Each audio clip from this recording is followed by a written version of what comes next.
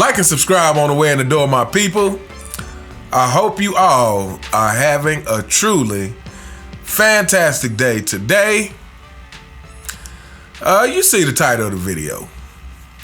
So today we're going to talk a little bit about the difference in leadership style between Michael Jordan and Kobe Bryant. And I wanted to talk about this.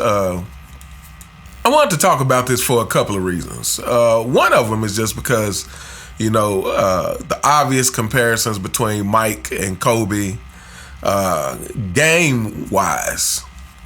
And even though they were highly similar, there were obvious differences in their game.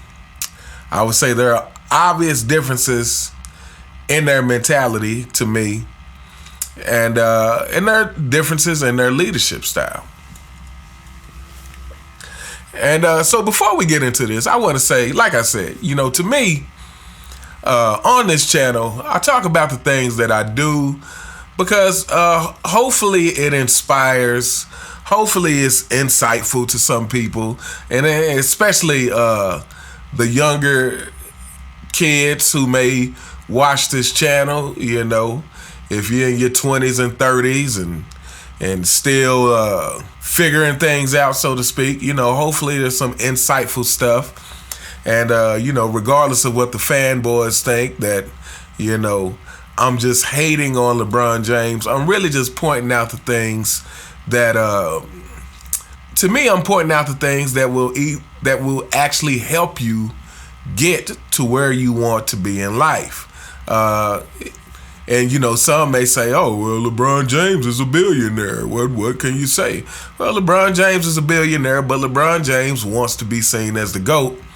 And he has been unsuccessful at convincing the majority of people that he is actually worthy of that title. And so it really doesn't matter how much you have in life. It's about getting the things that you say you want and having the right mentality to get those things.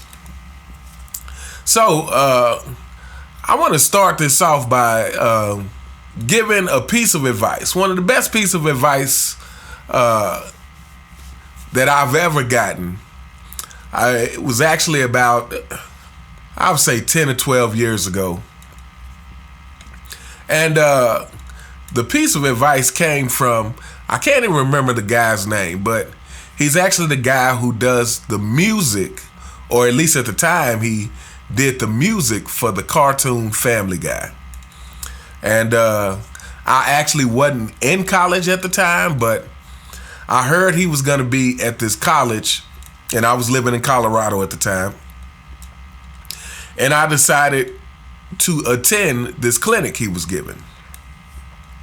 And he talked about a lot about the business, a lot about being in that industry, in Hollywood and whatnot. But here's the thing. At the end of the clinic, he told us all, he said, if you don't remember anything else I tell you today, remember this: learn how to make friends, because people hire their friends. People invest in their friends. And I took that to heart, and it was really a game changer for me. That no matter what business you're in, you really have to learn to communicate with people, to be sincere with people, and to associate yourself with people who are on the up and up, so to speak. Because that skill can really help you a lot on your way to success. Now, so having said that, let's talk about Michael Jordan and Kobe Bryant.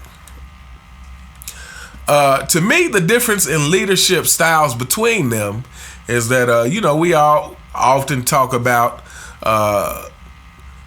LeBron James not really being the alpha, and this is true. I always like to say LeBron James is an alpha until a real alpha shows up.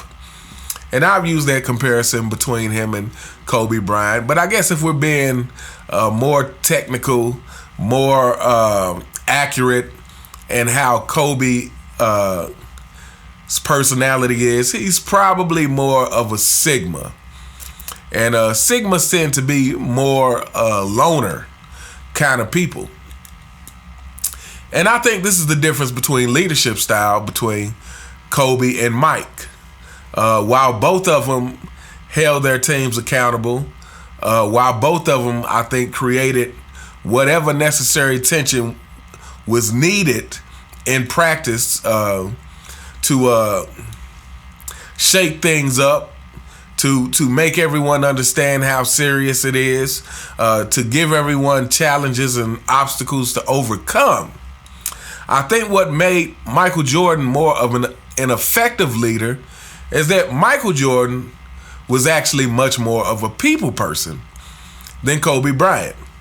Michael Jordan, while he might have been cutthroat in practice, and I don't know, we haven't seen practices of Kobe Bryant, but just because Michael Jordan was more of a people person, I would say more outspoken, I would imagine that he was probably even harder on his teammates in practice than maybe even Kobe Bryant.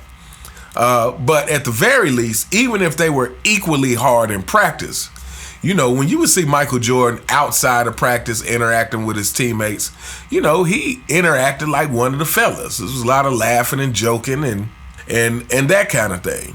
And I think that really helped kind of round out the relationship between Michael Jordan and his teammates. The narrative is always that Scottie Pippen was kind of the good cop to Michael Jordan's bad cop. And that probably was true in practice. But if we're talking about in totality, I think Michael Jordan did a good job of, like I said, he might have been harsh in practice, but outside of practice, he seemed to be very much one of the fellas, very much, like I said, laughing and joking, establishing a good rapport with his teammates outside of practice. And to me, I think this was helpful because, it's almost like, in that sense, he would be looked at more as almost like a big brother type figure, because he had that both sides to his personality. And to me, I think he was probably more, I would almost say obviously more respected, not only by his teammates, but by everybody in the league. Kobe Bryant, on the other hand, because he was more of a loner, like I said, he created that intensity in practice, but, I think it's a well-known fact that Kobe really didn't take the time to try to be friendly with his teammates. Kobe was much more all about business and nothing more. And I think this probably limited Kobe's leadership ability. I think that inability to be one of the fellas off the court limited Kobe's leadership ability. Probably limited the bond to which that could be built between Kobe and his teammates. And to me, the ultimate team is the team that, has that conflict, but also has that bond, that brotherly bond that extends beyond the court, so to speak. To me, that is the ultimate chemistry for a team. And I believe that's why Chicago Bulls were 6-0. And, I'm not one to discredit Kobe for having Shaq. Because like I said, if you want to make an argument, the whole Shaquille O'Neal argument, then yeah, maybe you could say the first championship, Shaq was probably the more dominant one. But after the first championship, I don't think you could say that at all. I think Kobe was very much equal to Shaq. But what I will say is this. I don't believe if Kobe had Pau Gasol the entire time and never had Shaq, I don't believe Kobe goes 6-0 for sure, not 6-0. I don't think he goes 5-2. even if he got 2 5 championships, I believe his record would probably be more like 5-3 or 5-4 or possibly 4.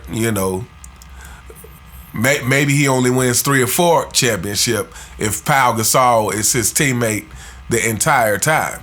Because like I said, I just don't believe Kobe's leadership was as effective as Michael Jordan. Even if you want to say he was as effective on the court, which I don't believe he was either. Again, I believe Michael Jordan is a great distance between him and second place. Whoever you have in second place, it don't matter if you have Kareem.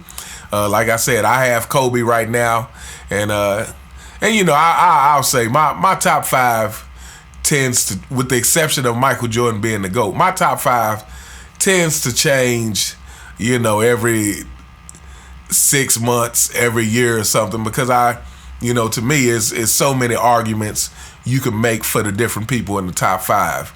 There's, to me, an argument to be made for Kareem. There's an argument to be made for Russell, for Magic, for Bird, for Kobe. Even if you want to throw Tim Duncan in that mix, to me, there's a great argument for a lot of these players in the top 5, maybe even top 6. But yeah, no matter who you have a second, to me, it's a great distance between Michael Jordan and everyone else. Not only in complete impact on the game, but just in terms of effectiveness compared to everyone else. To me, Michael Jordan's effectiveness, his ability to do so many things, and like I said, just look like an alien compared to everyone else playing. But anyway, this video's went on longer than I intended. But yeah, like I said, I just think Kobe Bryant's loner kind of existence, to me, limited his leadership ability. And I think Michael Jordan was more of an effective leader because he not only was willing to create that tension, but he also had the other side to where he could just be one of the fellas. And I think that's a very important skill to have, which is why I told the whole story about, like I said, the best piece of advice I ever got was learning how to make friends.